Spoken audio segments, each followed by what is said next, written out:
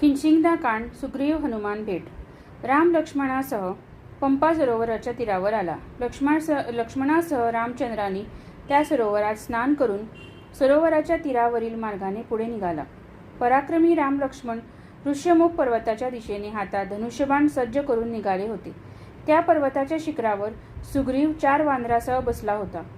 त्या दोघांना येताना पाहून भयाने तो हनुमंताला म्हणाला, वालीने पाठवल्यामुळे मला ठार मारण्याकरता हे आले नसतील ना? हनुमंता, तू ब्राह्मण बटुवेषाने जा आणि शोध घे. त्यांच्याशी भाषण करून त्यांचा उद्देश काय आहे ते समजून घे. जर त्यांच्या अंतःकरणात काही पाप विचार असेल तर मला हाताच्या बोटाने खून कर. त्याच्यापुढे तू विनयाने नम्र होऊन राहा. ठीक आहे, असे म्हणून बटुरूपाने हनुमान रामाकडे आला व नम्रतेने रामाला वंदन करून म्हणाला, हे पुरुष श्रेष्ठ हो, तरुण आणि वीरांना मान्य असे तुम्ही कोण बरे आहात? राम म्हणाला, मी राम व हा माझा धाकटा भाऊ लक्ष्मण आहे.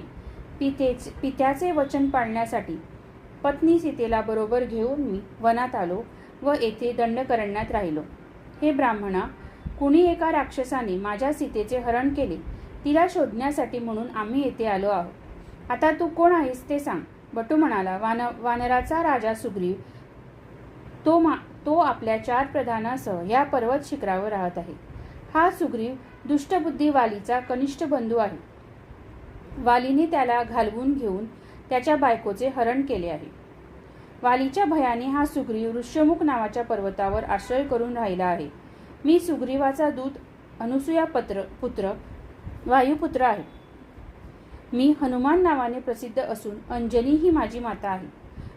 रामा, तू सुग्रीवाशी मैत्री कर, म्हणजे तुझ्या पत्नीचे हरण करणाऱ्याचा वध करण्याच्या कामी तो तुला मदत करीन. मग हनुमंताने आपले स्वतःचे वानराचे रूप धारण केले आणि नंतर तो रामाला म्हणाला, माझ्या खांद्यावर तुम्ही दोघे बसा. हनुमानाने आकाशात उड्डाण केले आणि एका क्षणात ते तिघेही त्या पर्वत शिखरावर पोहोचले. हनुमान हात जोडून म्हणाला, राजा, आपली भीती व्यर्थ आहे. मी राम लक्ष्मणांना घेऊन आलो आहे. लवकर उठ. मी रामाशी आपल्या मैत्रीचा योग घडवून आणला आहे. अग्नीला साक्षी ठेवून आपण त्याच्याशी लवकर सख्य करा. हे ऐकून सुग्रीव आनंदाने रामाकडे गेला. त्याने वृक्षाची एक खांदी तोडली आणि रामाला आसन म्हणून बसायला दिली. हनुमंताने लक्ष्मणाला खांदी दिली. लक्ष्मणाने सुग्रीवाला आसन म्हणून वृक्षाची खांदी दिली आणि आनंदाने ते तिथे बसले.